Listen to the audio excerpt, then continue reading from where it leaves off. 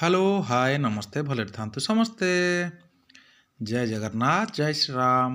आज हूँ सोमवार संक्रांति से भाविली शीत प्रबल होती रुटी रुटी सहित बैगण आलू भजा खाई करवा मजा। आपण मैंने भी शीत पागे रुटी आ बैगण भजा आलू बैगण भजा करके भी खातु आ मजा नियंतो। बहुत टेस्ट बैगण आलू भजा सहित रुटी गरमा गरम भजा गरमा गरम रुटी